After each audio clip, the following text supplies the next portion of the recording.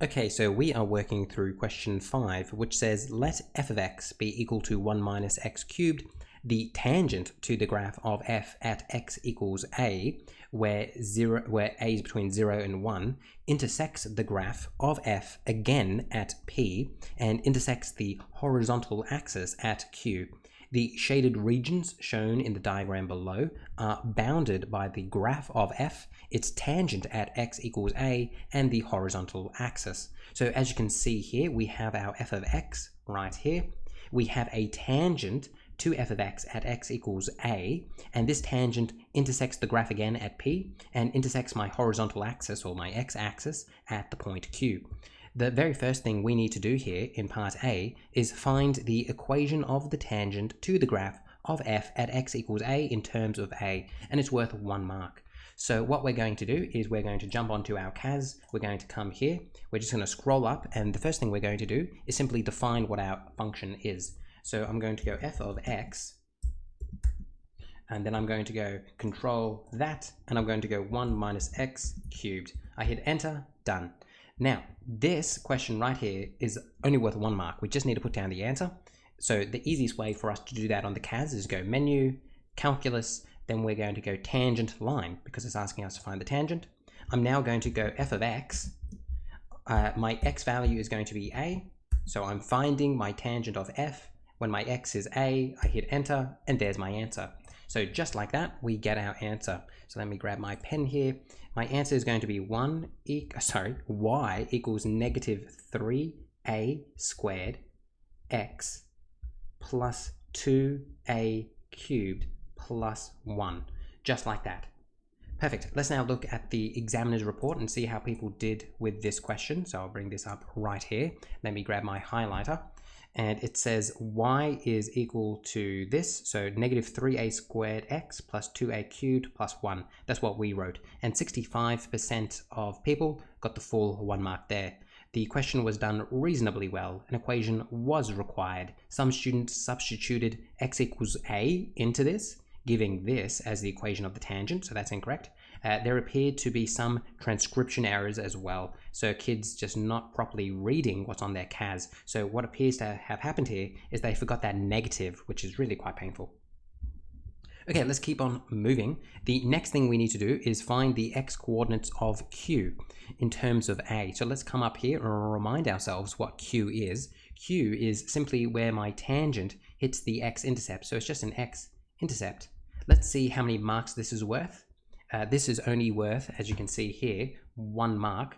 So I'm just going to jump on my CAS, and what we're going to do here is actually, before we jump into the question, I'm just going to define what my tangent line is. So I'm going to say TL of x is going to be my tangent line. Then I'm going to go control that, and that's just going to store it away for me. Let's get back to B now. We're finding the x coordinate of q, so it's when my tangent line hits the x-intercept. So I'm going to go menu, algebra, I'm going to solve where my tangent line equals to 0 for my x. Because remember, when you're finding your x-intercept, you just let y equals 0 and solve for x.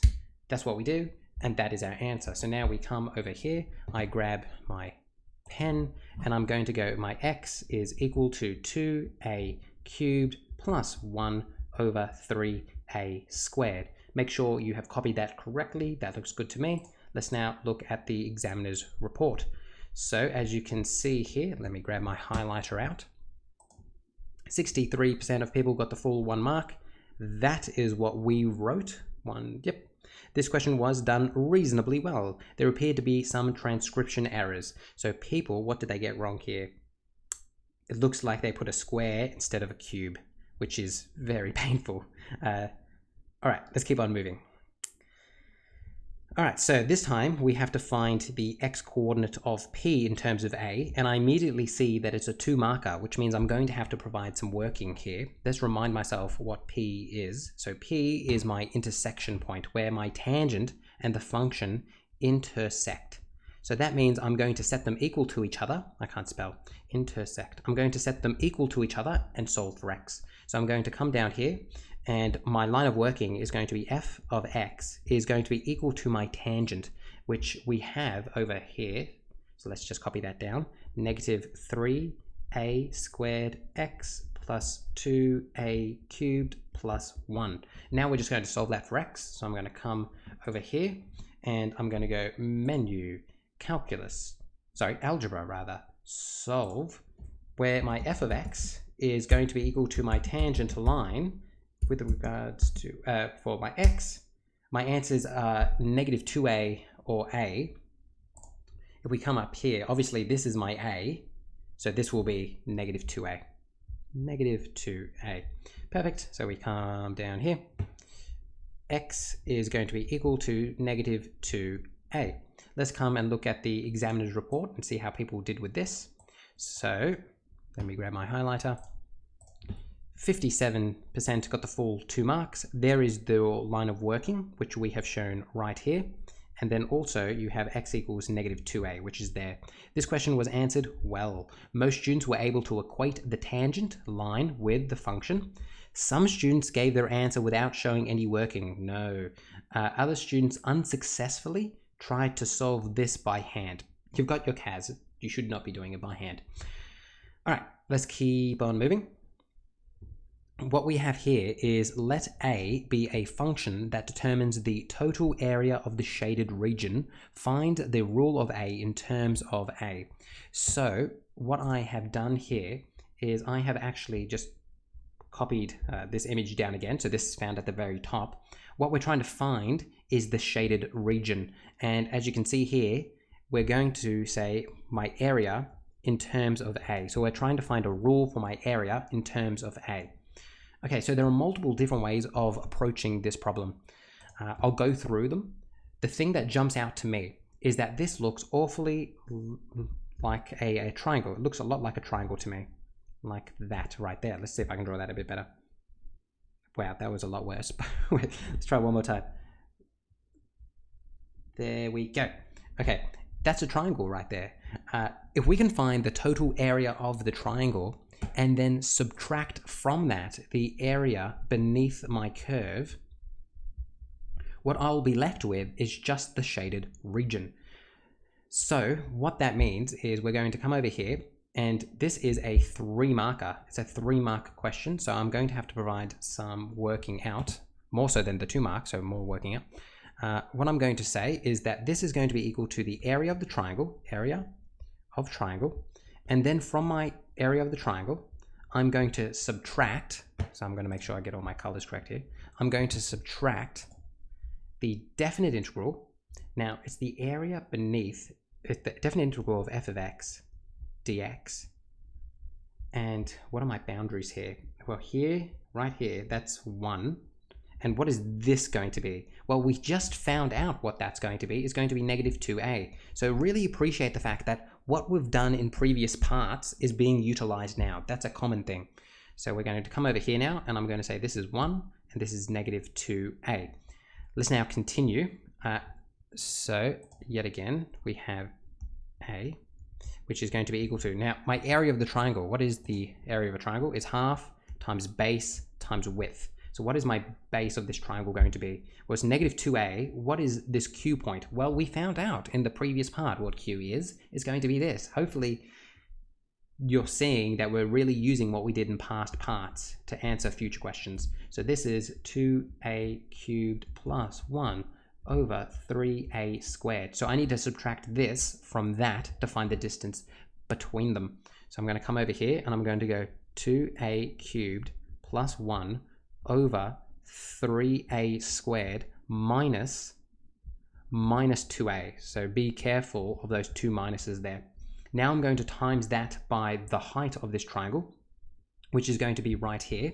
Now that right there is going to be the f of negative 2a. So I just need to chuck negative 2a into my function. So we come to our CAS, and I'm going to go f of negative 2a, hit enter. It's going to be that right there. So this is going to be 8a cubed plus 1. I'm going to come over here. That is the height of this thing.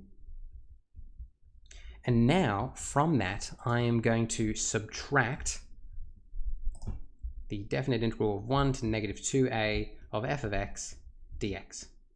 Let's now put all of that into our trusty calculator and see what we get out. So I'm going to come over here and I'm going to go, so be very careful when you're doing this. Control, divide 1 over 2. Open your brackets, and I'm going to put it times. Open your brackets. Control, divide 2a cubed plus 1, 3a squared. Now I've got a minus and a minus, so that's going to be plus 2a, close my brackets, times that by, I'm going to have to move this a bit, 8a cubed plus 1. Now I'm going to put all that in brackets, just so I don't make a mistake here. And then I'm going to subtract from that. Shift plus is the quickest way to get that. Negative 2a 1 of f of x dx. And that is going to be my answer. And I might even define that away for me. So let's call that my total area with regards to a, is going to be control equals that's right there. Okay, let's now put in that answer for ourselves. I might just have to move this just a touch. So my answer is going to be 80a6 plus a8a cubed minus 9a squared plus 2 over 12a squared. Perfect. Let's now look at the examiner's report and see how people did with this question. So as you can see here, what we did is written down here. So the area of the triangle, subtract, there are our boundaries of that, which is going to be that's what we had up here. And then what we have finally is our answer, which is right there. Perfect. Now, I want to go through this other way of approaching it, and it's really linked to the most common error here. So as you can see, the most common error that people made here was that they simply went from negative 2a to this point right here. So if we can visualize that for a second, what they did is they said, well, this is negative 2a. This point here is, this was our big ugly one here, 2a cubed plus 1. 2a cubed plus 1, what was it? Over 3a squared. Over 3a squared. What they did is they simply said, well, we're taking the definite integral from this point, 2a cubed plus 1 over 3, from this point, negative 2a, and then just subtracted the tangent. So my tangent, they subtracted from the function dx. That's what they did. Now, the reason why that doesn't work. All right, there is a reason why that doesn't work. Let's get into it. So let's just get rid of this. And let's really, to answer that question, I really just want to focus in on this section right here. So let's imagine you were trying to find this section right here. What you could not do is say, well, I'm going from A to here. And because the reason why that doesn't work is because this line right here, it keeps on going. And therefore, if you're going to find the area, it's going to include all of that right there. That's what it's going to include, all this area down here. And then you're going to get into the signed area because you've got parts below the x-axis. But the moral of the story is that if you went from, I'm going from this point right here to A, and then I went my tangent, subtract my function of dx, you are actually including all that area. So that's why it doesn't work. So if you were to do this question a different way, what you would have to do is say, I'm going to take the definite integral, this is negative 2a, and I'm going to get all this area here, and then I'm going to stop at 1. I'm going to stop at 1. So it's going to be 1 negative 2a, and it's going to be the tangent minus the function dx, and then I'm going to plus onto that. Now I've got this region here I need to account for, and that, let's just put the dash there to denote that, that right there is simply going to be the definite integral of this to 1 of just the tangent dx. That's how you'd have to approach a question like that if you wanted an alternative way to do it. and not getting confused. You can't treat this as one big whole. That's really the moral of the story. So as you can see here, this is what they have done. They've gone from 1 to negative 2a, then from that point to 1, just for the tangent at that point. And that's what they've done. So hopefully all that makes sense for what I have said, but that's really the way you should have approached it if you did it that way. Okay, let's keep moving. Let's go to E. E is asking us to find the value of A for which A is a minimum. So A is our area, so we need to find the value of A for which it is a minimum. Whenever you see the word minimum, I immediately think this is an optimization question. So I'm going to take my area, I'm going to differentiate it, I'm going to set it equal to 0 to find my stationary points. So, and remember, this is a 2 marker, so we have to show some working here. So I'm going to come here, and remember, I've already defined my area as TA. So I'm going to do menu, algebra, solve. Then I'm going to go shift minus to get this. I'm differentiating with respect to, I've already messed up my working there. That should be an A. Did I mess it up here? No, I put all A's there. That is a shame. This right here is going to be TA of A, and I'm setting that equal to 0, and I'm finding my values of A for which that occurs. And as you can see here, I get 2 answers. I get -1/2 and then this monstrosity here.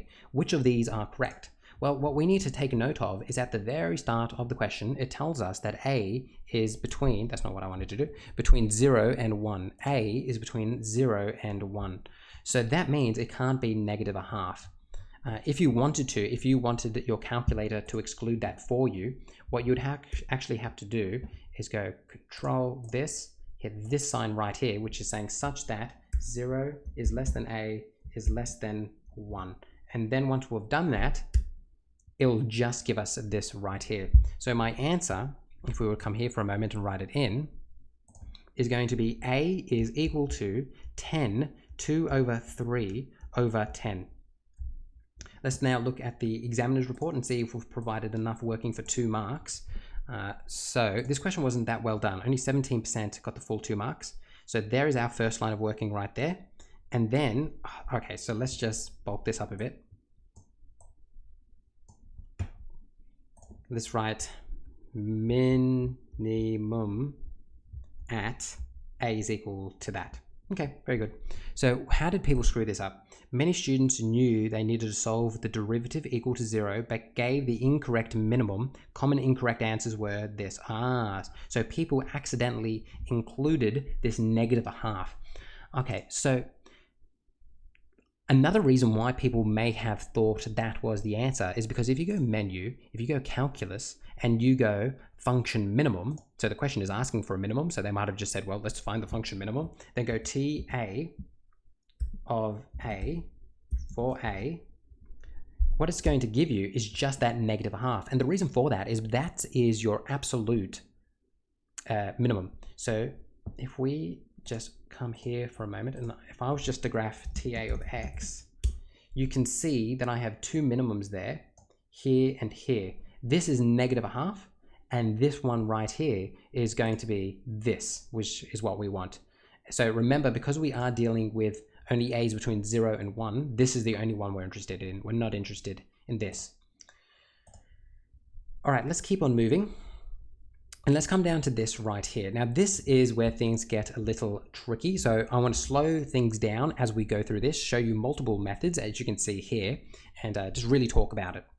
So it says, consider the regions bounded by the graph of the inverse of f, the tangent to the graph of the inverse of f at x equals b, where b is between 0 and 1, and the vertical axis. Find the value of b for which the total regions is a minimum. Immediately, what should jump out at you is the fact that we're finding the minimum, and that's what we did just previously. We found the minimum area. So once again, we're being asked to find the values of b for which the total area is a minimum. So there should be those connections being made in your brain. Before we even jump into talking about the inverse graphs and the inverse tangents, I just want to really consolidate what we previously did when we found out this right here. So we have found out that we're going to get the minimum value when a is equal to this. It has to do with the minimum. And even though this question hasn't explicitly asked us to do what we're about to do, it's going to be really helpful for us. So what I'm going to do here is I'm going to set a, control this, equal to this right here. Having now done that, what I can now do is find what my tangent is going to be. So if you remember, we had my tangent line for x. Well, now that I know what a is going to be, whoopsie daisy, I didn't mean to do that. It's going to be equal to this. Now, previously it looked like this, where you got those a's. And because we had those a's, we could not graph it. But now that we have it in this form, we can graph it. So let's come over here, let's get rid of this, and let's actually graph what we're dealing with, because we can do that now. I'm going to go here, and the first thing I'm going to graph is my function, which looks like that, beautiful. And then I'm going to do this, and I'm going to graph my tangent line, which is going to look like this, perfect. And what we have done is we have found, so this tangent line right here, because we have set a equal to what we found in the previous question in part D, this is going to represent where we have the minimum area between here and here. It's going to be the minimum area. Okay, now let's get to this question now. It says, consider the regions bounded by the inverse of f and the tangent of the graph, the inverse of f at x equals b, and the vertical axis. Let me first talk about method 1. So we need to find the values of b for which the total area of these regions is a minimum. Let's talk about method 1. Method 1. What we know from the last question is we have found where my tangent is going to give me a minimum area. And that's going to occur when this value right here is going to be 10, 2 over 3 over 10. Now we don't know what the y is going to be. And let me actually do this in different colors so we are all on the same page. We know what the x value is going to be in order for this to be a minimum area. Perfect. What we're now being asked to do is find the inverse tangent of f, so the inverse of the blue line, and the inverse tangent, the tangent of the graph at the inverse of that. So in essence, what we're doing is we're also finding the inverse tangent, so the inverse of the red line. And we need to find where the value of b is going to be a minimum. So really, and because we're also dealing with the vertical axis, and this would require very clear thinking, is just realizing, hey, we're just finding the inverse of this entire thing. So this right here is going to turn into this. It's just going to become inverse. And now, if this is just the inverse of that, what is this going to be? Now this is going to be my b value. So let me do this in a different color. Let me do it in blue. This is going to be my b. So this is going to be the value of b for which the total area is going to be a minimum. Well, if it's a minimum area here, if I simply just flip it around, this too is going to be a minimum area. And notice that I'm now dealing with my vertical axis. I'm dealing where it's bounded here. So the moral of the story is, and I really hope that I'm explaining this clearly, I really feel I could be saying it better. We're taking this. We know that this is the minimum area when this is my a value. If we now just inverse everything here to that, well, obviously now this too has to be my minimum area because it's the same thing, just flipped around. What is this point now going to be? Well, obviously, this, which was my x value over here, now that it's the inverse, is now going to be my y value. That's now going to be my y value. And then, obviously, what my b value is going to be is my x value here, which is going to correspond to what my y value is over here. So if we can simply find what my y value is here, we can find what my x value is here, which is going to be my b.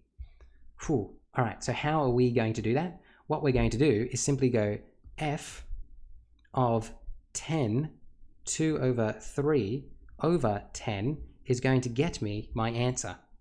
So we're going to come over here, we're going to come here, and I'm going to go f of, and I could even just come straight here and grab that, do that, and I'm going to get my answer as 9 over 10. So I'm going to come over here. This is going to be 9 over 10, which means that is going to be my y value here, 9 over 10. And that's going to be, whoops, my x value over here, 9 over 10. So what that means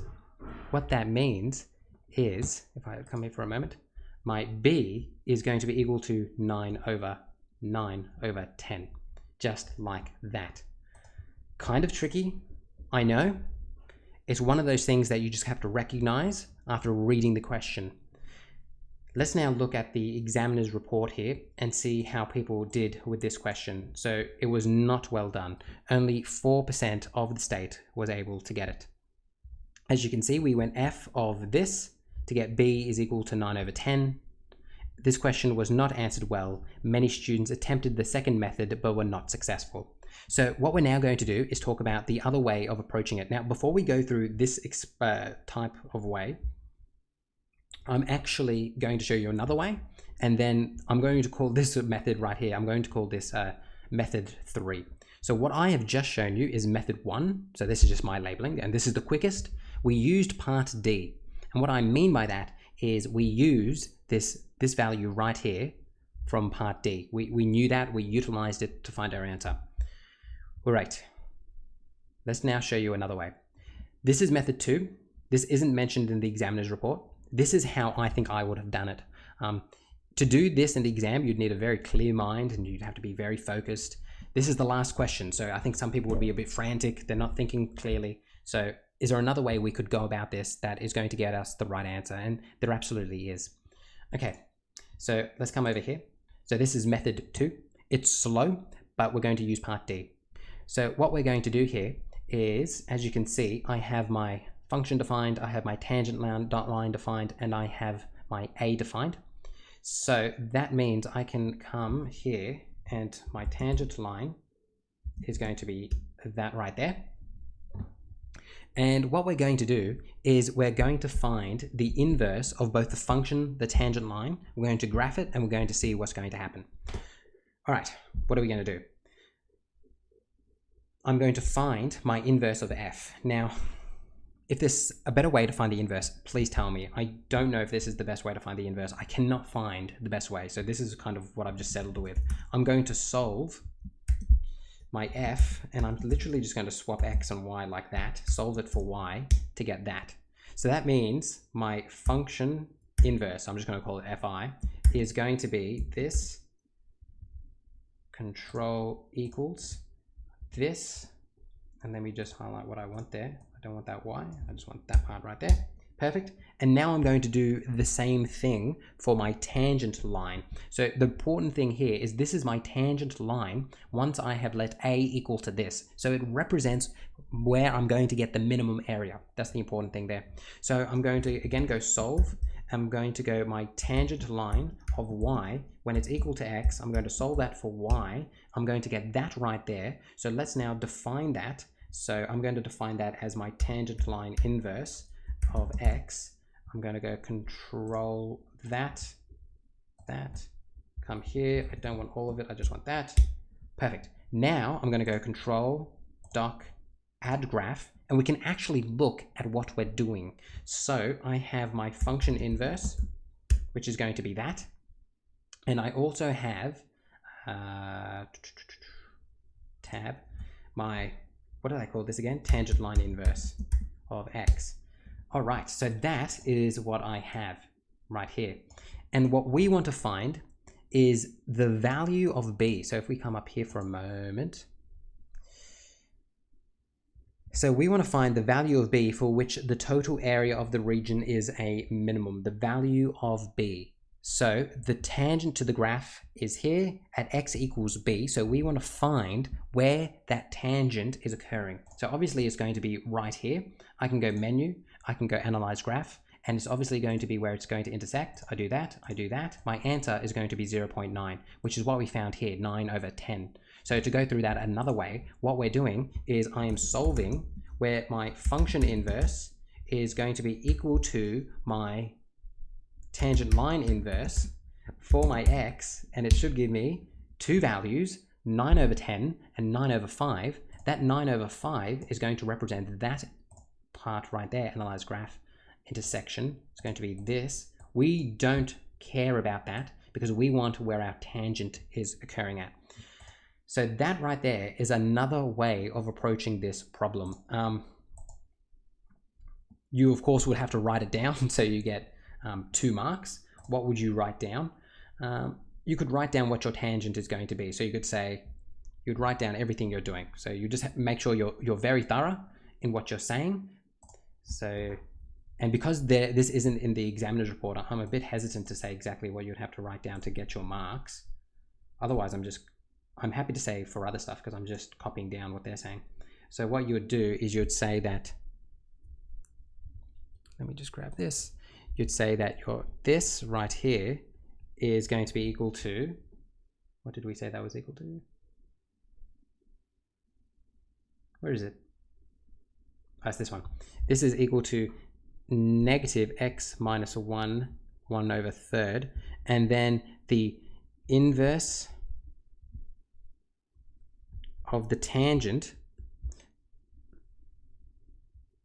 was equal to this monstrosity over here, 6 over 5 minus 3 times 10, 1, 3 over 10, and there's an x up here as well. And then we set these equal to each other.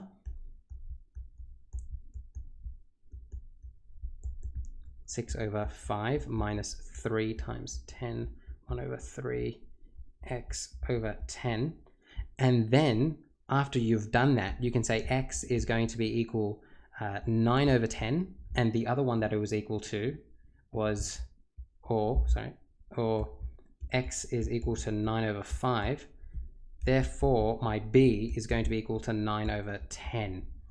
I'm not, please do not take this as what you'd have to write down to get your final marks. Because they have not specified, I'm not going to guess as to what you'd have to write down exactly to get those marks. But I think something like that would be pretty good.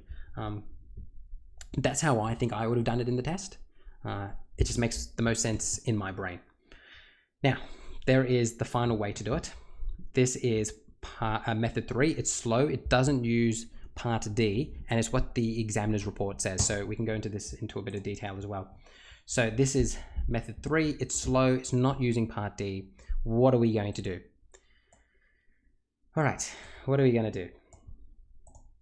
Well, what we're going to do is we're again going to find the inverse of my function. So to do that, I'm going to go solve, where my f is y is equal to x, solve that for y, and let's call that my function of I, which is going to be control that for this, like that.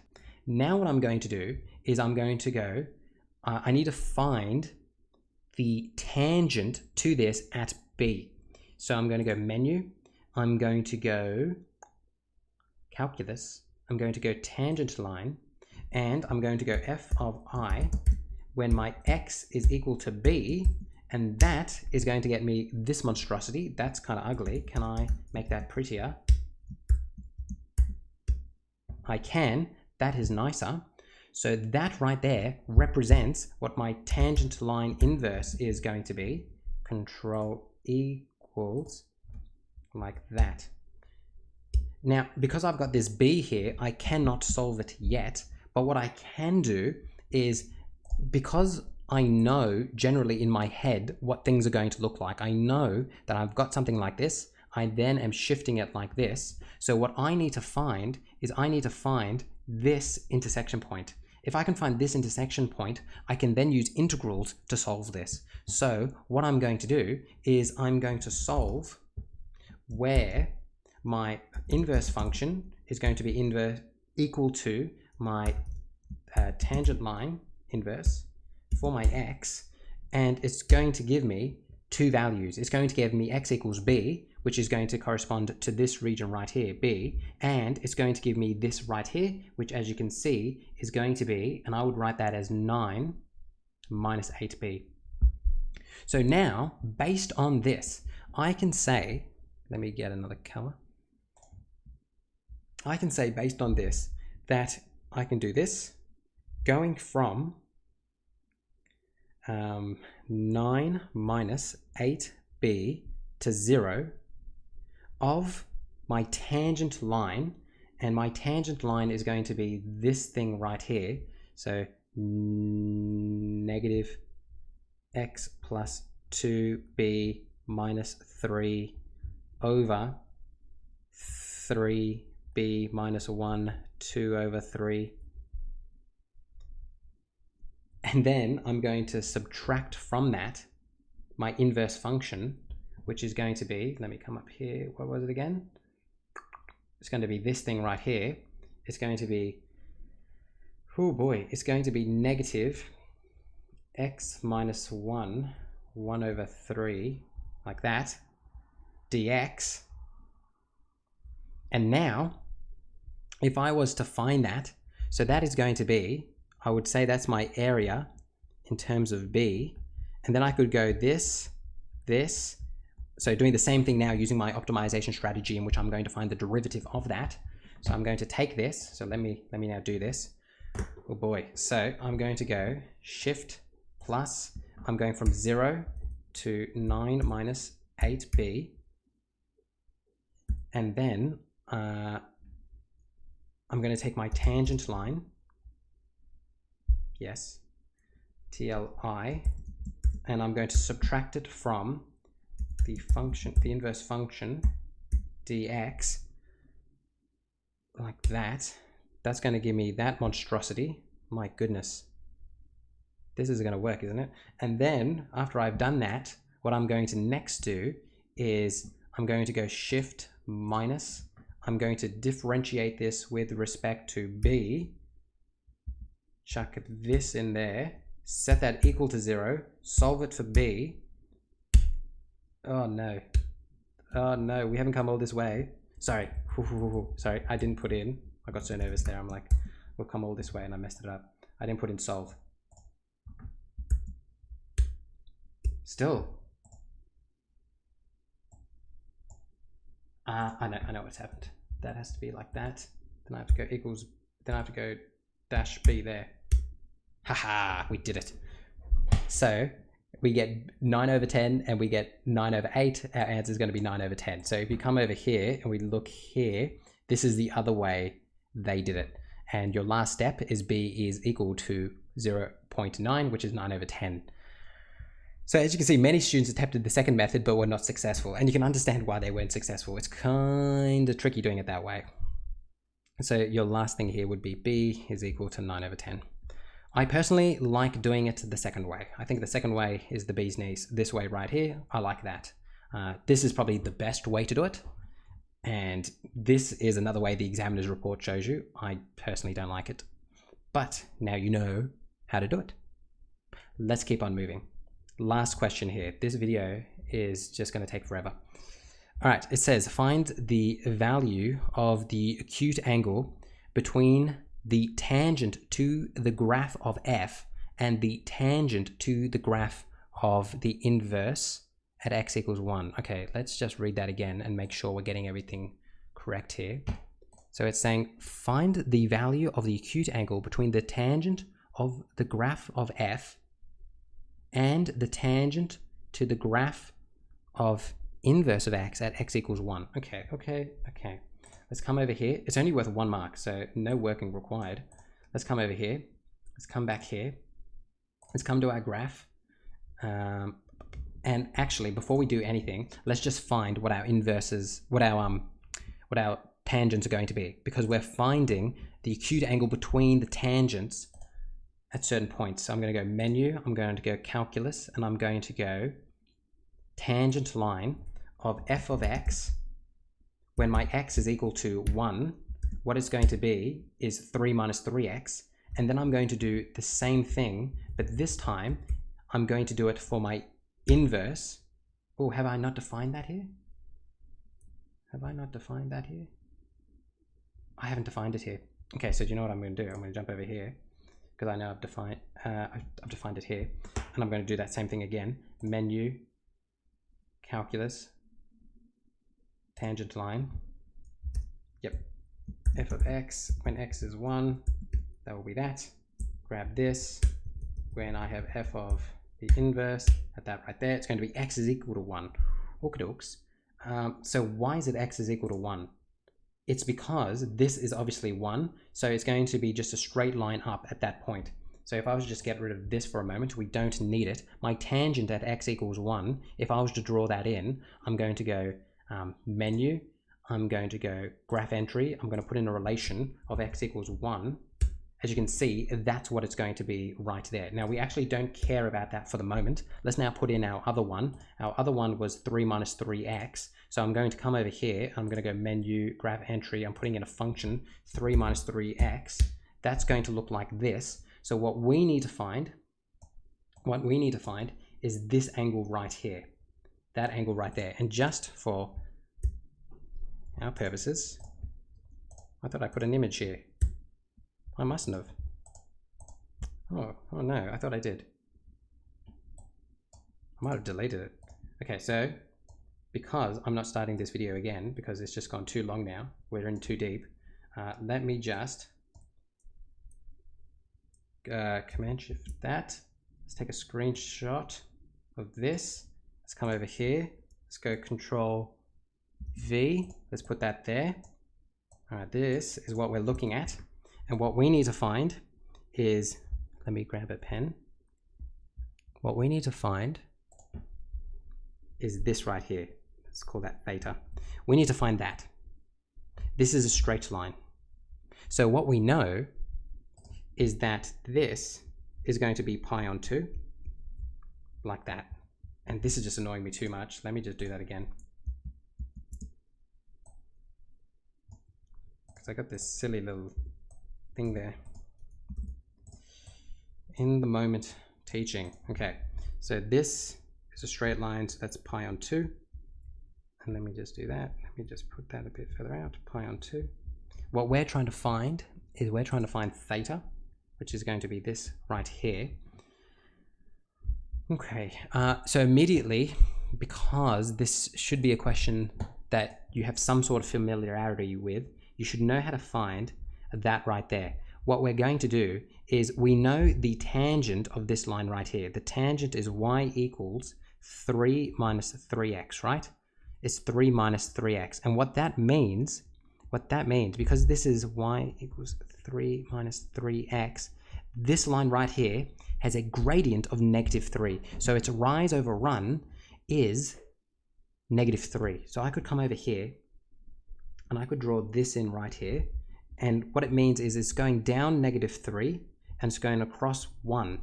So if we want to find what that is, well, this is opposite, this is adjacent. It's just tan of theta is going to be equal to -3.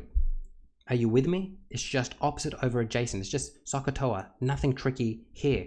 So that means to find what theta is going to be, I'm going to go tan of -1 of -3, just like that.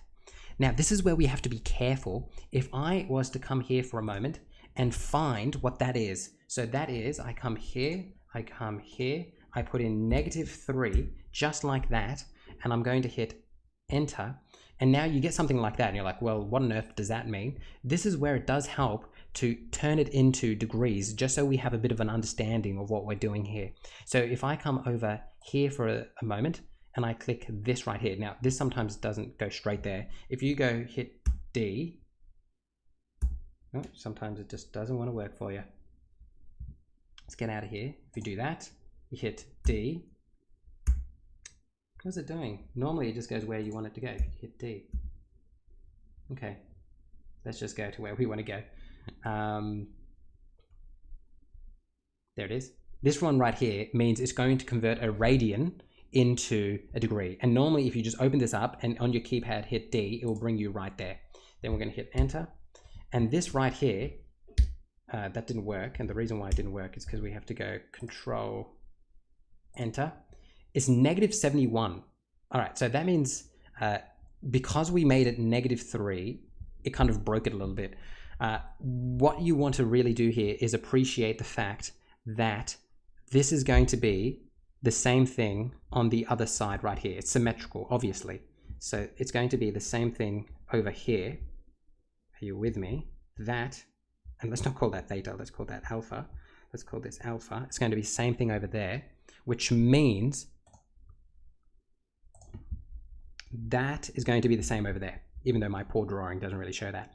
So that means if I come up here for a moment and just come here and put in that, and now go, oh God, just copy this. I just want to copy this part right here. Oh, I did it again. Control that. 71. Okay, that is better because that now is 71. So what I want to do is, because I know that I'm only interested in this orange part right here, I want to subtract that from pi on 2. So what my answer is going to be is pi on 2, subtract from that tan that of 3. And that will give me that theta right there. So a bit of mucking around there, making sure you have the right minus or the right negative there, otherwise things go a bit haywire. Let's look at our examiner's report right here. So if we come here and look at our examiner's report, you can see that only 5% of people got this question, only 5%. So that right there is what we found was going to be our tangent when x is equal to 1. And here are all our viable solutions. Which one did we do? We did this one right here, pi on 2 minus that. And that's what we said right there. So let's just box our answer so we know what happened there. Okay, so the real takeaway message here, I think lots of people would have made a mistake by just making it -3 there. So by making this -3, but as I showed you, that gave you -71. Things start breaking down. You have to be careful when you're doing things like that, okay? If you think of your unit circle, you can think of why that would be negative. All right. This question was not answered well. Many students did not attempt this question. Some students rounded their answer to 18 degrees and an exact answer was required. So they do not want you to round, but if we just for a moment were to find out what our final answer was going to be, it's going to be this pi on 2 minus this. Then I'm going to hit control this, and if all goes right, it should be around 18. Oops, sorry. That. And then I have to go here, I have to go this one, then I have to go control that. 18.43, people rounded because people are silly. They didn't even want you to put it as, they wanted an exact value. So you had to write your answer like that. But that just kind of, if people did all that work and got 18s, they knew what they were doing, and then they just didn't write an exact answer. How painful is that? Okay, so with that being said, this video has gone on for 48 minutes, and it goes without saying that it should not take you 48 minutes to do one question, but we have kind of talked about alternate ways to do something and really just done a deep dive into this question. Hopefully it's been helpful. Make sure you read the examiner's report yourself and decipher things for yourself, and I'll see you in the next video. Hopefully you found this series helpful of me just walking through each question in the exam. I'll see you later.